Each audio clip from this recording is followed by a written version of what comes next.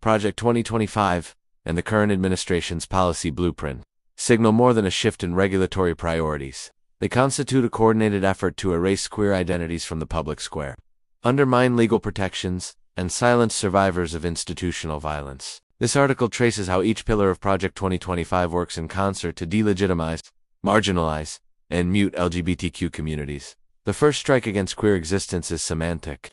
Project 2025 proposes a federal definition of sex strictly tied to chromosomal, gonadal, and anatomical characteristics at birth. By legally erasing transgender and non-binary identities, the state denies millions a basic language to describe themselves. School districts and healthcare providers receive directives to refuse services or recognition to anyone whose identity falls outside that rigid binary.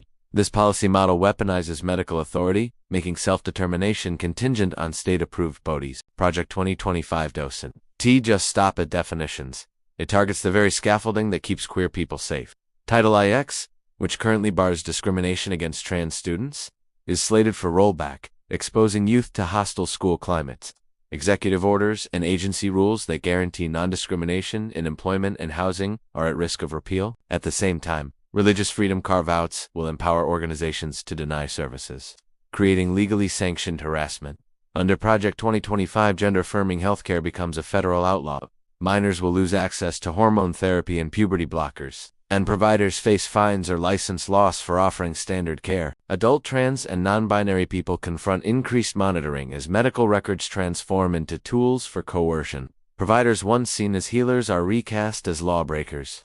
This orchestrated scrutiny chills all forms of queer care, from HIV prevention to mental health services.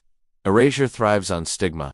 The administration's messaging amplifies moral panic around deviant ideologies. Bans on gender ideology in school curricula frame queer existence as a dangerous import. Public statements by high-level officials signal to local actors, school boards, policing units, religious institutions, that exclusion is not just acceptable but patriotic.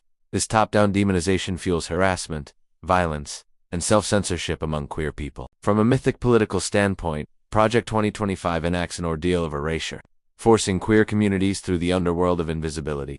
Survivors become reluctant, shamans bearing witness in secret, rituals of defiance, pride, marches, mutual aid, networks, clandestine gatherings, transform personal autonomy into collective alchemy. Each act of visibility redefines the mythic script, recasting queer existence, not as an anomaly but as an essential strand of human plurality. To counter systemic silencing, survivors and allies can deploy practical frameworks. Community legal clinics can track and challenge government overreach in real time. Narrative sovereignty workshops help queer people craft collective mythologies of resilience. Digital safety protocols and peer-led telehealth networks bypass state censorship, preserving access to care and community even under hostile policy regimes. Project 2025's policy architecture is more than administrative realignment. It's a deliberate campaign to erase queer lives from law, culture, and medicine. Yet within the crucible of erasure lies the spark of mythic renewal. By naming these strategies, building survivor-centered networks, and forging new narratives, LGBTQ+ communities reclaim sovereignty over their own stories,